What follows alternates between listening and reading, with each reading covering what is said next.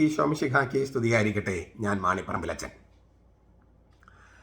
25 വയസ്സ് മാത്രമുണ്ടായിരുന്ന ഒരു ചെറുപ്പക്കാരൻ, അയാളുടെ അവസാനത്തെ വാക്കുകൾ ഇങ്ങനെയായിരുന്നു: എൻ്റെ ജീവിതത്തിൻ്റെ അവസാന മണിക്കൂറാണിത്. 25 വയസ്സുള്ള ആളെ പറയണേ, എൻ്റെ ജീവിതത്തിൻ്റെ അവസാന മണിക്കൂറാണിത്. അതിനാൽ എന്നെ നിങ്ങൾ നന്നായിട്ട് ശ്രവിക്കണം. ഞാൻ വിദേശികളുമായി ബന്ധം പുലർത്തിയത് എൻ്റെ ദൈവത്തിന് വേണ്ടിയും എൻ്റെ മതത്തിന് വേണ്ടിയുമാണ്. അവന് വേണ്ടിയാണ് ഞാൻ മരിക്കുന്നത്. എൻ്റെ നിത്യജീവിതം ഇതാ ഇവിടെ ആരംഭിക്കുന്നു. മരണത്തിന് ശേഷം സന്തോഷവാന്മാരായിരിക്കാൻ ആഗ്രഹിക്കുന്നെങ്കിൽ ക്രിസ്തുധർമ്മം സ്വീകരിക്കൂ. അവനെ അറിയാൻ മനഃപൂർവ്വം വിസമ്മതിക്കുന്നവർക്ക് നിത്യശിക്ഷയാണ് ലഭിക്കുക.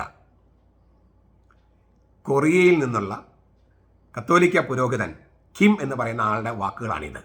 1821 അദ്ദേഹം ജനിച്ചു. 1846 അദ്ദേഹം മരിച്ചു. 25 വയസ്സുള്ള കൊറിയൻ പുരോഹിതനാണ്. കൊറിയയുടെ പാലക പുണ്യാളനാണ് ഈ മനുഷ്യൻ. അദ്ദേഹത്തിൻ്റെ പേര് ആൻഡ്രൂ കിം തേഗോൺ. ആൻഡ്രൂ കിം തേഗോൺ, കൊറിയയിൽ നിന്നുള്ള വിശുദ്ധൻ. കൊറിയയിൽ കത്തോലിക്ക സഭ കൊണ്ടുചെന്നത് അൽമായരാണ്. മിക്കവാറും എല്ലാ സ്ഥലങ്ങളിലും അങ്ങനെയാണല്ലോ. ഇപ്പം നമ്മൾ പ്രവാസികൾ എന്ന് പറഞ്ഞാൽ ജോലി തേടി പോകുന്നു, അവർ അവിടെ സഭാ സമൂഹത്തിന് രൂപം കൊടുക്കുന്നു, പിന്നീടാണ് അച്ഛന്മാരും മെത്രാന്മാരൊക്കെ വരുന്നതൊക്കെ. അൽമായരാണ് അങ്ങനത്തെ ജോലി തേടി പോകുന്നതാണെങ്കിലും അതിലൂടെയാണ് പ്രേക്ഷിത പ്രവർത്തനം ദൈവം സംഘടിപ്പിക്കുന്നത്. ഈ ജനങ്ങൾ ജോലി തേടി പോണേ, പക്ഷെ ദൈവം കാണുന്നത് അതിൽ വിശ്വാസം വഹിക്കുന്ന ആളുകളായിട്ടാണ്.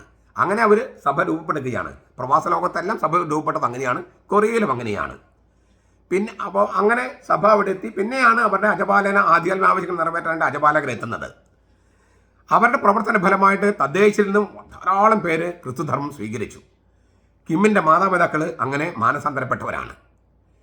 കിമ്മ 15 വയസ്സ് ഉള്ളപ്പോൾ മക്കാവ് എന്ന സ്ഥലത്തുള്ള സെമിനാരിയിൽ ചേർന്നു. 9 വർഷങ്ങളുടെ പഠനത്തിന് ശേഷം പൗരോഹിത്യം സ്വീകരിച്ചു. ഷംഗായിൽ വെച്ചായിരുന്നു പുരോഹിത അഭിഷേകം. പിന്നെ അദ്ദേഹം കൊറിയയിലേക്ക് തിരിച്ചുപോയി.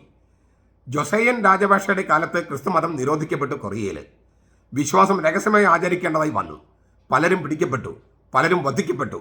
അക്കൂട്ടത്തിൽ കിം ഉൾപ്പെട്ടു. 25-ാം വയസ്സിൽ അദ്ദേഹത്തെ തലയേർത്ത് കൊല്ലുകയായിരുന്നു.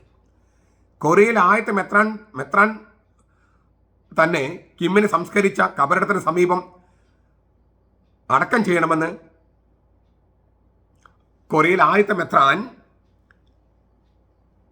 തന്നെ കിമ്മിനെ സംസ്കരിച്ച കബറിന് സമീപം അടക്കം ചെയ്യണമെന്ന് ആവശ്യപ്പെടുകയുണ്ടായി.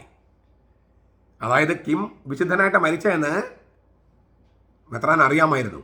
അതുകൊണ്ട് കൊറിയയിൽ ആദ്യത്തെ മെത്രാൻ പറയാണ്, ഞാൻ മരിക്കുമ്പോൾ കിമ്മിനെ സംസ്കരിച്ച ആ കബറിടത്തിൻ്റെ സമീപം എന്നെ അടക്കണം, എനിക്ക് ആ വിശുദ്ധൻ്റെ അടുത്ത് കിടക്കണമെന്നൊക്കെയാണ് മെത്രാൻ പറഞ്ഞത്. 1984 ജോൺ പോൾ രണ്ടാമൻ മാർപ്പാപ്പയാൽ കിമ്മിനെയും 102 സുഹൃത്തുക്കളെയും വിശുദ്ധരായി പ്രഖ്യാപിക്കുകയായിരുന്നു. എൻ്റെ പ്രസംഗങ്ങൾ കുറച്ച് പ്രവാസികളെല്ലാം കേൾക്കുന്നുണ്ടല്ലോ. നിങ്ങൾ പ്രവാസികളായി പോയത് ജോലി തേടി പോയതായിരിക്കാം.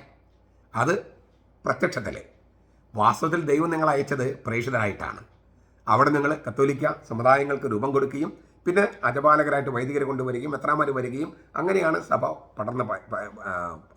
ഇങ്ങനെ പ്രചരിക്കുന്നത്, പടർന്ന് പന്തലിക്കുന്നത്. ആ കൂട്ടത്തിൽ ഈ ജോലിക്കായിട്ട് പോകുമ്പോഴും മറ്റേ വിശ്വാസം കൊണ്ടുപോകുമ്പോഴും ഒരു കാര്യം കൂടി നമ്മൾ ഓർക്കണം. എന്താണ്? നാം കണ്ടുമുട്ടുന്നവരോട് യേശുവിനെക്കുറിച്ച് പറയാനായിട്ട് ഒരു സന്ദർഭം ഉണ്ടാക്കുക, എന്നിട്ട് പറയുക. എല്ലാ ദിവസവും ആരെങ്കിലോടൊക്കെ യേശുവിനെക്കുറിച്ച് പറയുക, വിശ്വാസത്തെക്കുറിച്ച് പറയുക. പരദോഷമൊക്കെ പറയുന്നതിന് കുറച്ച് സമയം അതൊക്കെ കുറച്ചാവട്ടെ, പക്ഷെ അതൊക്കെ കുറച്ചിട്ട് അതൊന്നും വേണ്ടെന്ന് ഞാൻ പറയില്ല, കുറച്ച് തമാശയൊക്കെ വേണം.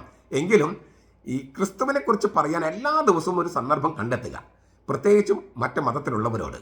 അത് വിവേകത്തോടു കൂടിയൊക്കെ ചെയ്യണം, വകതിരിവോടെ ചെയ്യണം. അതിന് സാഹസമുണ്ട്, റിസ്ക് ഉണ്ട്, അതൊക്കെ നമ്മൾ ഓർക്കണം. എങ്കിലും പറയാനുള്ള സന്ദർഭം നമ്മൾ ചോദിക്കുക. കർത്താവ് തന്നെ ചിലപ്പോൾ അത് ഒരുക്കി തരും. അങ്ങനെ ഓരോ സ്ഥലത്തും ക്രിസ്തുവിനെക്കുറിച്ച് കേൾക്കാത്ത ഇടങ്ങളിലൊക്കെ ക്രിസ്തു എത്താനുള്ള ചില സവിശേഷ നടപടികൾ എടുക്കാൻ ഈ കിമ്മിൻ്റെ തിരുനാൾ ദിവസം നമുക്കൊരു പ്രചോദനം ഉണ്ടാകട്ടെ. കർത്താവ് പ്രചോദനം നൽകട്ടെ. നമ്മുടെ കർത്താവ് ഈശോ മിശിഹായുടെ കൃപയും പിതാവായ ദൈവത്തിൻ്റെ സ്നേഹവും പരിശുദ്ധാത്മാവിൻ്റെ സഹവാസവും നാം എല്ലാവരോടും കൂടി ഉണ്ടായിരിക്കട്ടെ, ഇപ്പോഴും എപ്പോഴും എന്നേക്കും. ആമേൻ.